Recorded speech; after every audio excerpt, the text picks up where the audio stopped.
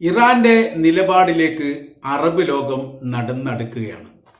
വളരെ കൃത്യവും വ്യക്തവുമായ രീതിയിൽ ഇസ്രായേൽ എന്താണെന്നും ഏത് തരത്തിലാണ് മുസ്ലിം രാജ്യങ്ങൾ അവർക്കെതിരെ സമീപനം സ്വീകരിക്കേണ്ടത് എന്നും 3 ഘട്ടങ്ങളിലായി മരണപ്പെട്ടുപോയ ഇറാന്റെ പ്രസിഡന്റ് ഇബ്രാഹിം റൈസി ജിദ്ദ ഉച്ചകോടിയിലും അതിനോടനുബന്ധിച്ച് നടന്ന റിയാദ് ഉച്ചകോടിയിലും കൃത്യമായ രീതിയിൽ വിവരിച്ച് തന്നെ പറഞ്ഞിട്ടുണ്ട്. നിങ്ങളുടെ വാതിലിന് നേരെ ഇസ്രായേൽ സൈന്യം മുട്ടുന്ന ദിവസം ഒരുപാട് വൈദൂരമല്ല എന്നുള്ളതും നിങ്ങളുടെ ഭൂമി പ്രദേശം നിങ്ങളുടെ കയ്യിൽ സുരക്ഷിതമല്ലെന്ന് നിങ്ങൾ ഓർക്കണമെന്നും ഇസ്രായേൽ എന്ന് പറഞ്ഞാൽ ഭീകര രാജ്യമാണ്, അത് നമ്മുടെ ശത്രു രാജ്യം തന്നെയാണ്. അവർക്കെതിരെ പോരാടുന്ന പോരാളികൾക്ക് നമ്മൾ സഹായം നൽകുകയാണ് വേണ്ടത്. അവരെ ഭീകര രാജ്യമായിട്ട് കാണുന്നതോടൊപ്പം തന്നെ അത് പ്രഖ്യാപിക്കുകയും അതോടൊപ്പം അവരുമായിട്ടുള്ള നയതന്ത്ര ബന്ധങ്ങൾ പൂർണ്ണമായ രീതിയിൽ വിച്ഛേദിക്കുകയും വേണം. ഒരു ഫലസ്തീനിലെ ഗസ എന്ന് പറയുന്ന പ്രദേശം മാത്രമല്ല ഇസ്രായേലിന്റെ ലക്ഷ്യം, അവർക്ക് വെസ്റ്റ് ബാങ്കും തൊട്ടടുത്ത രാജ്യങ്ങളും ലക്ഷ്യമാണ് എന്ന തരത്തിലായിരുന്നു ഈ ജിദ്ദ ഉച്ചകോടിയിൽ വെച്ച് ഇറാൻ പ്രസിഡന്റിന്റെ പ്രസംഗം നടന്നത്. എല്ലാവർക്കും ആ പ്രസംഗം വല്ലാതെ ഇഷ്ടപ്പെട്ടിട്ടുണ്ടെങ്കിലും അദ്ദേഹത്തിന്റെ നിലപാടിനോട് അനുസരിച്ചുകൊണ്ട് പ്രഖ്യാപനം നടത്താനൊന്നും പല അറബ് രാജ്യങ്ങളും തയ്യാറായിട്ടില്ല. ഇപ്പൊ രണ്ടാമത് ആ വിഷയങ്ങൾ ഏറ്റവും കൂടുതൽ രൂക്ഷമായ രീതിയിൽ ഇപ്പൊ ചർച്ച ചെയ്തുകൊണ്ടിരിക്കുന്നതിന്റെ കാരണം ഇസ്രായേലിന്റെ പ്രധാനമന്ത്രി നെതന്യാഹു സൗദി അറേബ്യയിലെ ഭൂപ്രദേശത്തേക്ക് ഗസക്കാരെ മാറ്റി അവിടെ രാഷ്ട്രം നിർമ്മിക്കണം എന്ന് പറഞ്ഞതാണ്. അത് ഏറെക്കുറെ ഇറാന്റെ പ്രസിഡന്റ് പറഞ്ഞത് തത്തുല്യമായി തന്നെ വന്നു.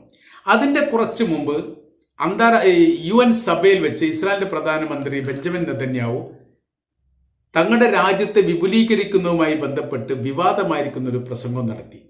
ഒരു പേക്കാർഡ് മുൻപിൽ കാണിച്ചുകൊണ്ടാണ് അദ്ദേഹം ആ പ്രസംഗം നടത്തിയത്. തങ്ങൾക്ക് എത്തിപ്പെടാൻ പറ്റാത്ത ഒരു പ്രദേശവും ഇറാന്റെ മേഖലകളിൽ ഇല്ല എന്നും സമാനമായ രീതിയിൽ അറേബ്യൻ മേഖലയിലും തങ്ങളുടെ കാഴ്ചകൾ എത്താത്ത ദേശങ്ങളില്ല എന്നുള്ളതും കൂടിയാണ് ഇസ്രായേലിന്റെ പ്രധാനമന്ത്രി ആ പ്രസംഗത്തിൽ പറഞ്ഞത്. വലിയ വിവാദമായിരിക്കുന്ന സംഭവമായിരുന്നു അത്. എന്നാൽ അതെല്ലാം പറഞ്ഞു തീർന്ന് വല്ലാതെ വൈകുന്നതിന് മുമ്പ് തന്നെ ഇറാൻ 181 മിസൈലാണ് ഇസ്രായേലിലേക്ക് തൊടുത്തു വിട്ടത്.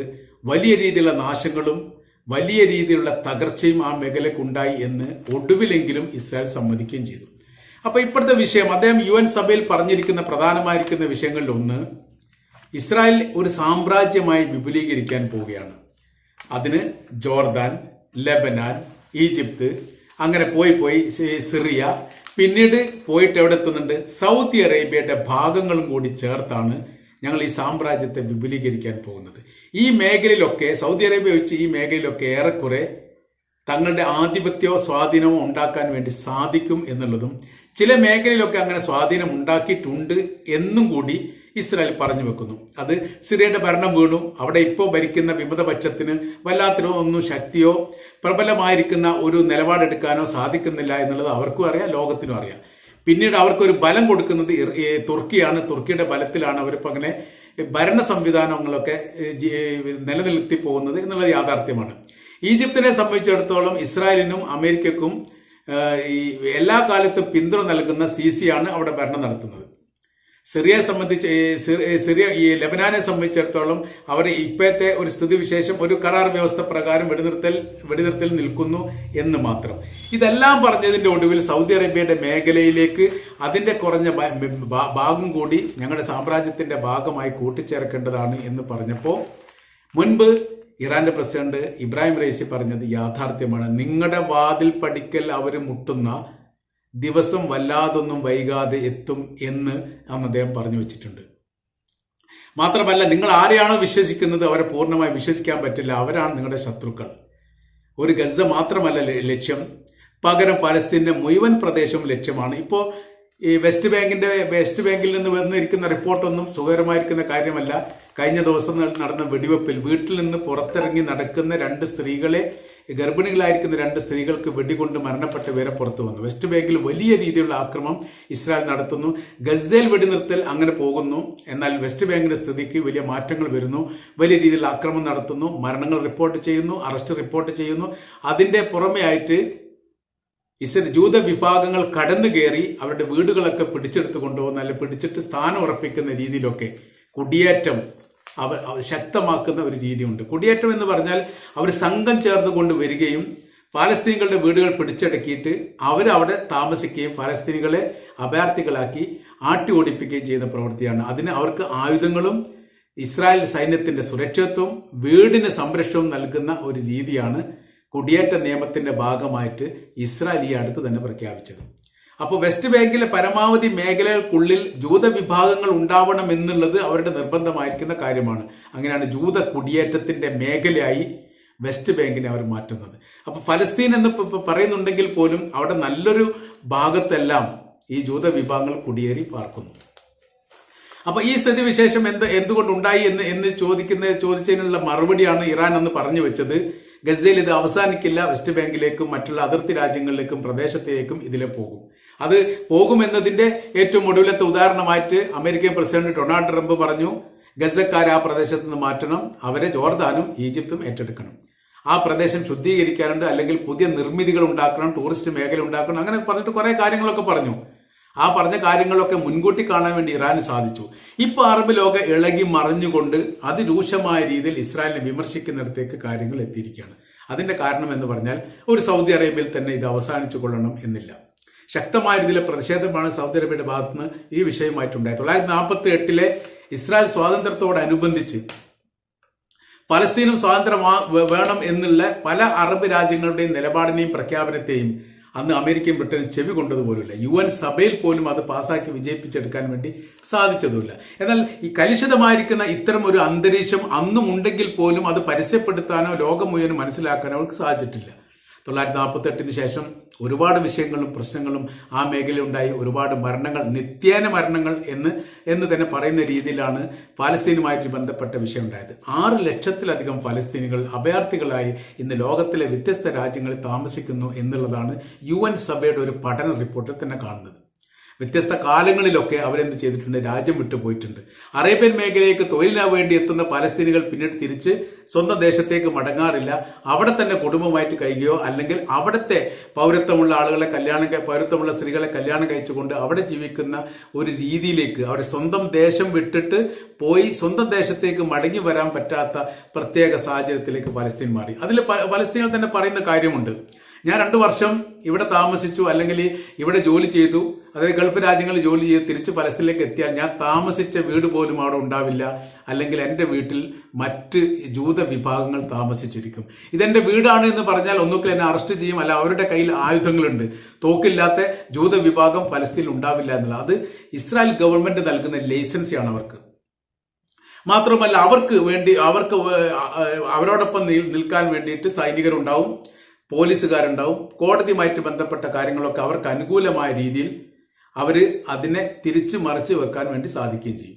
അപ്പൊ യഥാർത്ഥത്തിൽ വീടുള്ളവന് വീടില്ലാത്ത അഭയാർത്ഥിയായി നിൽക്കേണ്ട ഒരു പരിതാപകരമായിരിക്കുന്ന ഒരു അവസ്ഥ അനുഭവിക്കുന്ന വിഭാഗമാണ് യഥാർത്ഥത്തിൽ പലസ്തീനികൾ. ഈ വിഷയം തന്നെയാണ് അവിടെ ചർച്ച ചെയ്യപ്പെട്ടത്.